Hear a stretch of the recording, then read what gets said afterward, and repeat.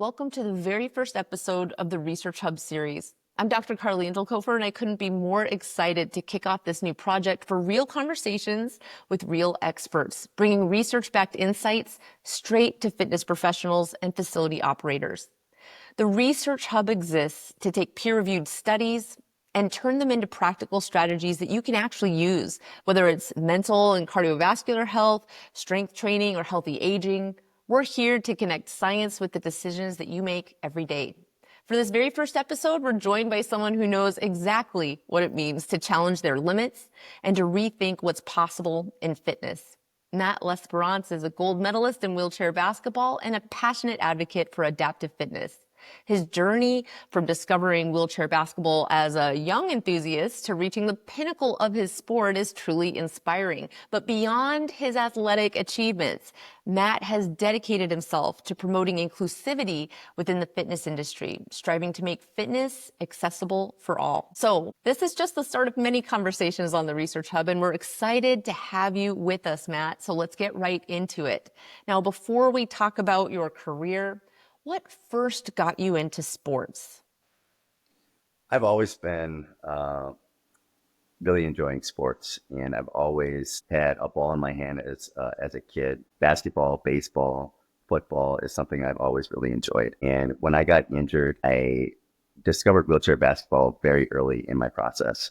And at first, I kind of thought of it as, something that I wouldn't be able to do long term, or it would be a very slow game. It wouldn't be the same game that I played as a kid. And once I saw that from the beginning of some of my close friends, where I'd be able to see them play basketball and how fast paced it is, the contact that it is, I fell in love with it instantly. So I was able to get a wheelchair that was fitted for me for basketball. And that's something that I've done ever since the age of 9. So basketball has been a passion of mine, and working towards goal as far as like getting to the Paralympics has been a goal of mine at a very young age.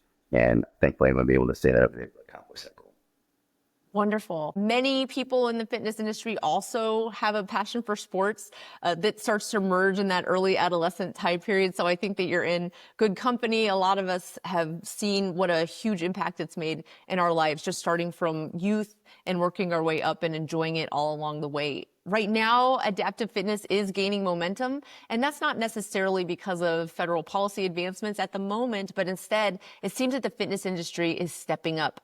What we're seeing is that more gyms and brands are recognizing that fitness is truly for everyone. Adaptive sports are continuing to grow. There's more opportunities than ever for athletes to compete at the highest levels, and certainly we have more work to do. But there's been more visibility on events like the Paralympics, like the Invictus Games, and this suggests that it's not just a trend, but probably a lasting shift towards greater inclusion in athletics. Of course, Matt, you've been part of this evolution directly, both as a competitor and as an advocate. So what changes have stood out to you from your early years to today? I think of the first gym that I became a member as, and looking back at the equipment that they had available at the time, it was nothing but cardio equipment, treadmills, free weights, and a lot of like deadlift type exercises, things that I wouldn't be able to do.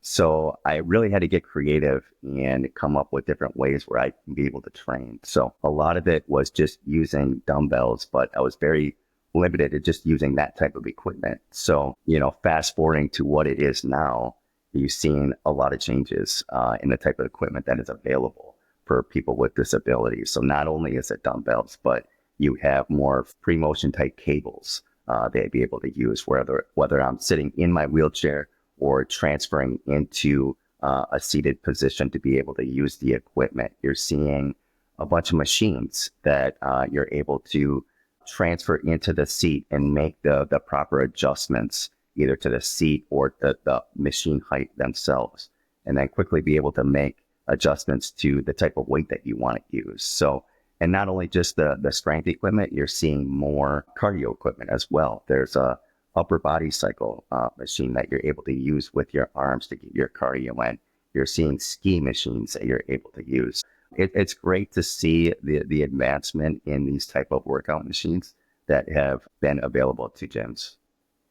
And it sounds like that equipment has been instrumental so that you can reach that elite level. But one of the problems that we find is that some people who have diverse physical capabilities may not have the confidence to step into fitness facilities, to step into gyms and health clubs. So I'm wondering if you can expand on how you gained the confidence to pursue athletics at this highest level of competition. And maybe you can include whether maybe you had a mentor, a coach, or someone who helped to guide you and support you along the way. So one of my biggest mentors, his name is Jeremy Lottie, is someone that I met when I was out of the hospital, one of the first people I met in a wheelchair. And he was able to really show me what adaptive sports would lead to in life. Not only would it be able for me to go to college to get my college degree, but I'd also be able to play wheelchair basketball on top of it. And then he told me about what the Paralympics was, and I had no idea what the Paralympics was at the time. I was just always thinking Olympics, and that was it. So he was able to show me that you'd be able to represent your country at the highest level at the Paralympics for wheelchair basketball. So it was, hanging around somebody else with a disability who was able to, maybe make adaptations to gym equipment and really show me the way on how I could improve my physical strength and improve my basketball career through following him and others that have experienced it as well. So, one of the things that you're mentioning is that adaptive athletes do have unique barriers in like a traditional gym environment. Sometimes that's because the facility, when it was set up, was not originally designed with accessibility in mind. And that leaves some individuals like yourself maybe struggling to find equipment or spaces that meet their needs, at least at the beginning. And it sounds like Jeremy really helped you see the potential, how to use different things, how to get different parts of the facility to cater to your needs. So even when a facility wants to be inclusive, they're probably overlooking some key factors that make a real difference in everyone's lives, especially if they need accessible equipment. So when you enter a gym, out of curiosity, are there any initial indicators that tell you right away whether they have really thought about accessibility? I think some of the issues that stand out is some of the equipment being very close together where maybe I can't access it with my wheelchair to make the proper adjustments, or, some equipment that is older requires adding plates to the equipment. So especially like those high areas where it's hard for someone in a wheelchair to reach and have to rely on other people. It's, something that I like to be independent. So I don't want to necessarily be able to bother somebody else in their workout. So I kind of like shy away and maybe avoid that type of equipment because I'm unable to access it. Or maybe, the equipment is up on a platform where I'm not able to get with my wheelchair. So things like that really made me think that maybe gyms should look at things a little bit differently. Another thing too is one of the most common exercises is the bench press, right? And on the bench, it's a very narrow bench. So for someone that doesn't have the use of their legs to be able to balance themselves on the bench and not have a wider bench to where I feel more secure and more safe when doing that type of exercises. So those are a couple of things that I kind of noticed when I decide to join a gym. Yeah, you bring up some great points about the environment you have to navigate and how we need to be thinking about ease of entry and ease of navigation at the very beginning so that we're not overcrowding a cardio bay, we're not overcrowding equipment. I think these are great points. But in addition to the equipment, it's not just about machines that are accessible, right? Inclusion is also about the culture and the entire experience. That can include things like how the staff are interacting with you or other members, and also, of course, how the space is designed for you to navigate. So I'm wondering if you could tell me, what are some of the biggest misconceptions that these fitness facilities seem to have when it comes to adaptive training? I think some of the biggest issues that come up is that most gyms think that, this is the way we've always done it. So we're just going to stick with what we know, right? And not really thinking outside the box where someone with adaptive needs comes into a gym and be able to cater to what maybe they would be able to do for a particular exercise. And I think a lot of that is having trainers trained on what type of exercises are able to do for somebody with a disability and be prepared when someone comes and says, hey, you know what, looking to join this gym.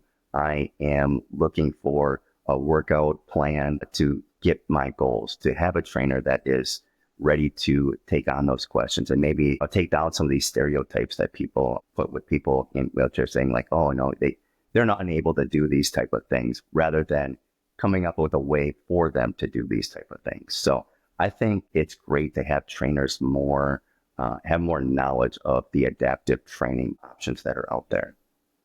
This is a great point because in a lot of cases, it starts with having almost a champion who understands and values this knowledge base more maybe than others on their team, so they can kind of spread awareness and help others.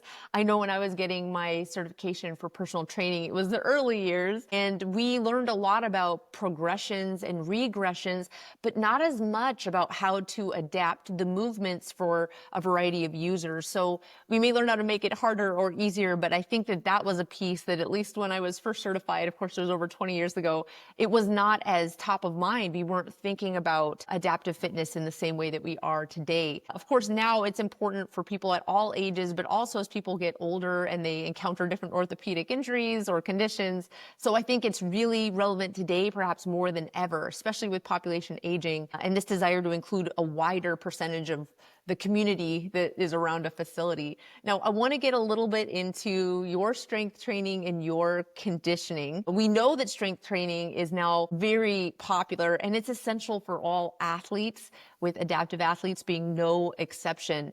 But not all equipment is designed with accessibility in mind. And you mentioned ease of entry, which is, of course, a very important consideration. Athletes oftentimes have to get creative with how they train, especially if they have a different physical need or capability that they're working on. So I'm curious, what are some ways that you like to train? So I like to do a wide variety of different things. So wheelchair basketball being the sport that I've grown up and love, is I'm always on the court doing different type of drills, right? Whether it be shooting drills, pushing drills. There's some pulling weights in my wheelchair. I've also done a lot of different types of strength training that includes a wide variety of different types of equipment. So looking at cables, you're looking at free weights, you're looking at machines, resistance bands, medicine balls, things like that. And I also like to do a lot of cardio as well. So the upper body cycle that I've come across in my gym has been a great benefit, especially during the winter months when I'm able to get outside and, maybe do some workouts outside, whether it be pushing hills or just pushing around my neighborhood. But I also have adaptive cycle that I'm able to use outdoors. So Madison has a lot of great bike trails for me to use. So I like to hop on that thing and put a bunch of miles on. So those are couple different ways I like to train. I've also tried CrossFit, which was a great different addition where, we had trainers that had to adapt to different types of exercise for me to do, in which they were very great to work with. Do you have a set training schedule? Some people have I do arms this day. I do, they have their set days of the week. Or are you aiming for more of an overall workout, total body every time you go in? So I like to do 3 days a week where I'm lifting, and I do different body muscle groups. So like a Monday would typically be a chest back. So every push, I like to have a pull. Another day I will do a lot of shoulders, and then another day I will do biceps and triceps. And then those off days where I'm not doing strength training is when I will mix in a cardio type of workout, which would consist of pushing in my basketball chair or using an upper body cycle or outdoors pushing or on that hand cycle that I was referring to. And even though not every athlete includes it, do you have set warm-ups and cool downs? And do you do any mobility or stretching work? I always like to do a lot of stretching, especially as I'm getting older. I found that to be very important, as, maybe that's something that I neglected in my early years of working out and playing basketball. So yes, I do a lot of stretches with resistance bands or just a warm up on the upper body cycle, things like that. Wonderful. You mentioned that, we're in Madison, Wisconsin, and one of the joys of that is that we get really distinct seasons. So you bring up a great point that there needs to be inclusive forms of cardio so that if you're a wheelchair user, that winter time when, as we know, it snows quite a bit, you're able to still get plenty of movement in, plenty of cardio in. And you mentioned the upper body cycle. I'm also a big fan, having had lower back injuries where I needed to turn to different forms of cardio that didn't irritate my lumbar spine. And I found the upper body cycle was absolutely refreshing because it was challenging. It got my heart rate up and I was able to, leave the facility feeling like I really accomplished something that was changing my body in a positive way. What kinds of workouts do you do on those? Or are you strictly going for time? A lot of it is time, but I will put some resistance on there where maybe it's more of a resistance workout where I'm really trying to build up a sweat. So usually I'll try to go for, a 30, 40-minute type session where I am getting a really good sweat in. And the great thing about those upper body cycles is the different movements that you're able to do. Not only are you able to go with the forward motions, but you're really able to go with the backward motions, which is very important as a wheelchair user. You think of the muscle groups that you're using when you're pushing your wheelchair. It's a lot of the front of the shoulder in your chest. So it's very important that these upper body cycles have the ability to go backwards as well. So you're working your back of your shoulders and your back, which is something that is very important for overall shoulder health. Yeah, I think some folks may see that equipment in the facility and may not approach or may not play on it. I know I use the word play just coming from the world of coaching. I kind of view facilities as filled with great opportunities. So I may have a more positive take on new equipment than most. But I think some of the points that you're making are so important because what you're reminding me of is that, a lot of this equipment is not only for an adaptive athlete, but it's helpful for everyone. I know we've had folks on our team over at Matrix that have been able to use things like the upper body cycle all the way through their pregnancies, for example, or upon recovering from a hip replacement surgery or other types of orthopedic injuries. But even if there's no injury present, it is a great option for people to challenge themselves. And I really hope that as more of this equipment is used throughout the world, it becomes more of a standard. Where else can you see the upper body cycle making a difference in terms of inclusion or maybe just an opportunity for a facility owner to consider when they think about equipment like this?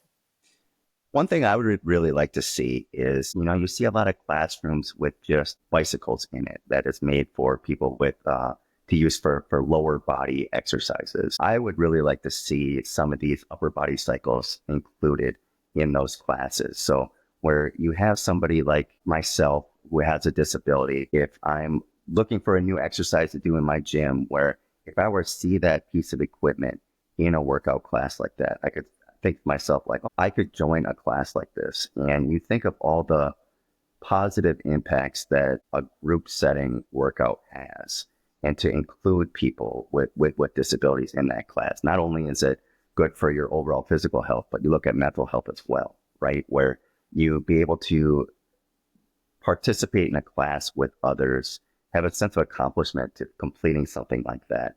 And just the positive energy that a classroom type exercise brings to the people that are participating in it. So I would really like to see those upper body cycles included in those type of classes so people with disabilities can participate in those classes. I think this is such a creative option, and I just want to make sure that everyone is noting that when we talk about a spin class, we've got, of course, these energetic instructors and these instructors with great charisma that are leading everyone. But yes, what you're suggesting about having an upper body cycle in the that is a great idea. I hadn't considered it before, but that's exactly why we need conversations like this to pull the best ideas forward so that we can all, as a fitness industry, provide the best experience possible for our patrons. So I think that's a great tip for inclusivity. And I can imagine myself, even as I went through different stages of life or injuries or soreness, I can see myself finding it inviting, even for me, to try a spin cycle class, an indoor cycle class, using an upper body cycle instead of the typical spin equipment. Now, you did mention earlier about your experience on benches. And this, again, is a type of insight that we're not always thinking about, is not always top of mind, but it's so important to address and to understand that importance of balance, that importance of being able to navigate the equipment safely and effectively. I can imagine that it's probably pretty tricky with some of the equipment. With our upper body cycle, of course, we did test on a variety of users to try to make sure it had features that would ensure every member, no matter what, could feel welcome and supported in using that piece of equipment. Now, I know that you've used a lot of different equipment, but perhaps you've noted some differences or some benefits. I just want to mention to the viewer, too, that Matt's physical capacity is obviously way above average. Your upper body strength, for example, is way above average. So if you are struggling with like transitions, as you were noting, from your chair to the bench, then the odds that someone else who's using a wheelchair would struggle with that is like 100%, because they probably aren't as, used to regular strength training, regular conditioning. They probably don't have that same elite athletic background, right? So just thinking again about that upper body cycle, I know you got a chance to test it in our showroom. Did you notice anything about it that was extra helpful or that you could tell was catering to your needs?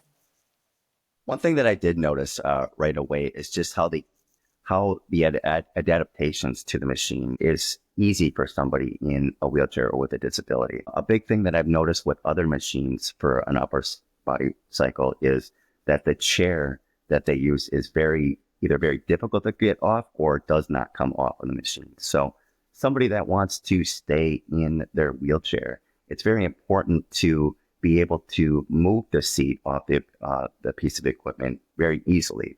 And that's what I noticed first, is how easy it was to move the seat off of the equipment and push my wheelchair onto the machine, and then make the proper adjustments that fit to me, right? The height of the pedals, the resistance, all were easy changes to make to the system, in which I think is great. And not only are you restricted with one type of movement, the upper body cycle that Matrix has is you're able to do a bunch of different movements, right? It's not just one single movement. You can stagger it. You can do it with one arm. You can go forward. You can go backward.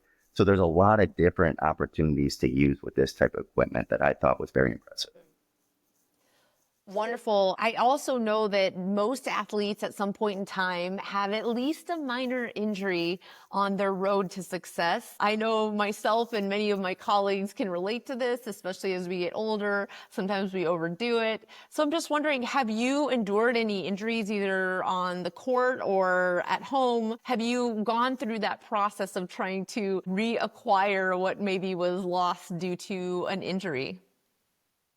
Yeah, I've definitely had some injuries that put me out for a little bit, but I try not to let that stop me and try to look for different ways where I can be creative and still get in a workout, whether it be maybe just resistance bands or, maybe it's a light upper body cycle workout where if just one of my arms is injured, I'm able to use the other arm. So using an equipment like that where I would still be able to do that one-handed is great. But I try the best to take care of my body just like everybody else, I'm sure. But injuries do happen. So it is important to have other options available, whether it be those options that I just mentioned with the resistance bands or upper body cycle.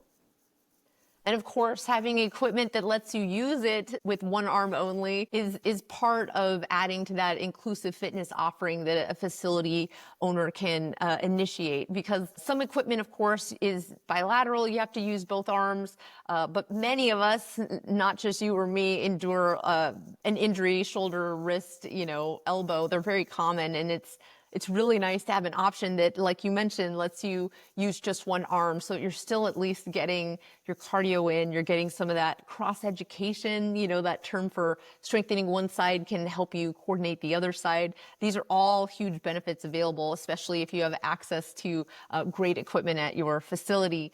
And we know that inclusive fitness is becoming a more popular topic in the research. As a research scientist, I'm always overjoyed when I see more work coming out that emphasizes that it's not just the right thing to do, it's also a smart business decision. In fact, research on this topic is emphasizing that when facilities invest in accessibility, they are expanding their reach and creating a stronger, more engaged. Here in the US, we have about a 15% of the population who identify as disabled in some way. And of course, sometimes that's through a mental disability. There's a wide variety, right? But I think that what we're starting to see is that adaptive fitness training is gaining traction and it's having an impact on the community as well as helping staff within fitness facilities understand how to be more creative. One point you brought up is getting creative with your workouts. And I'm sure you've had to be more creative than probably most because of your wheelchair use. So out of curiosity, what are some creative things that you do, maybe in the realm of functional fitness or other, to just keep yourself moving and enjoying your time in a facility?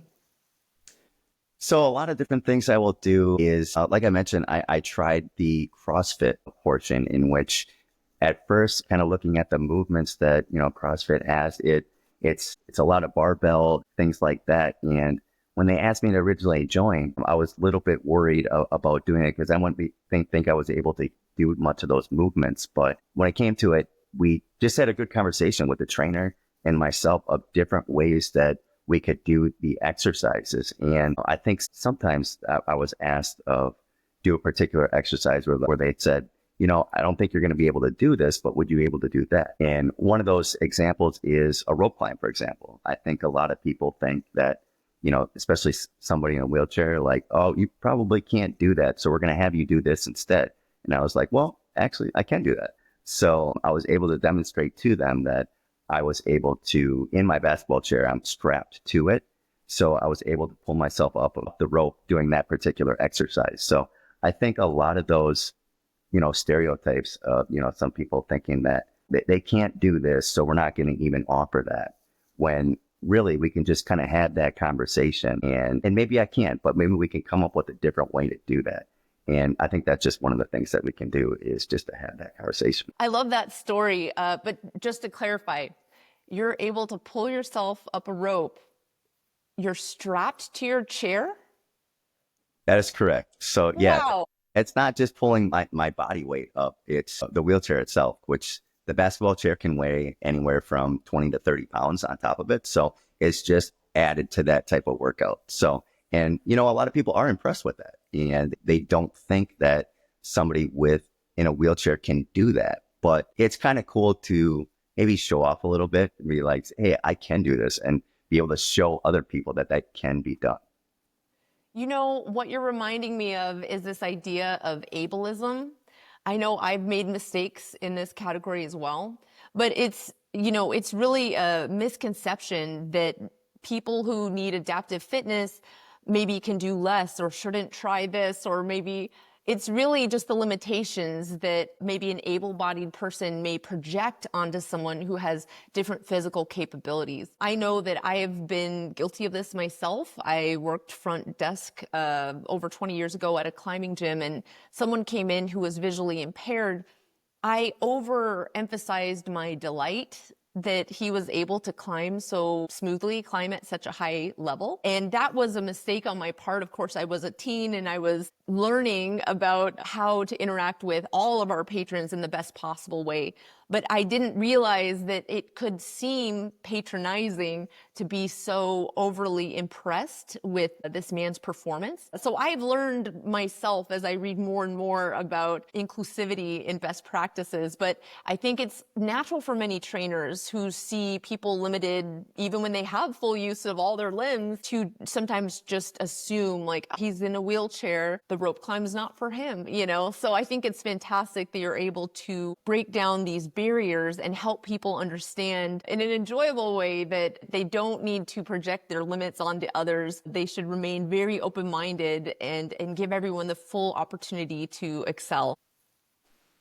Yeah, I agree. And it's just having that open conversation with each other of knowing what limits I do have and, what things I can and cannot do. And also challenging me, like throwing things at me where you think that, or I think I can't do, but challenging me to give me that positive energy to do those things, I think is what we all need as well. I would be willing to bet that many adaptive athletes have had frustrating experiences when they walk into a new gym or facility for the first time. So, Matt, if you could tell every front desk staff member one thing about working with adaptive athletes, what would it be?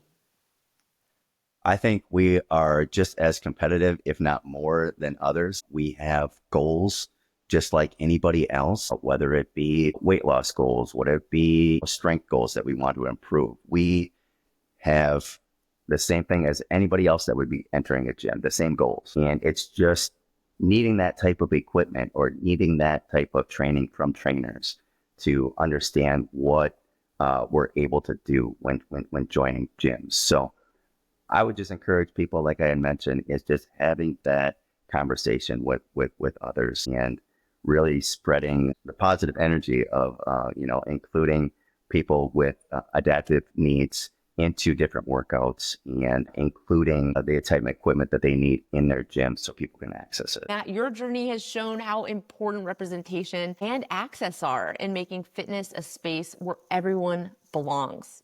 And at this point, the industry definitely has a choice. Facilities can either wait for change to happen or they can lead the way.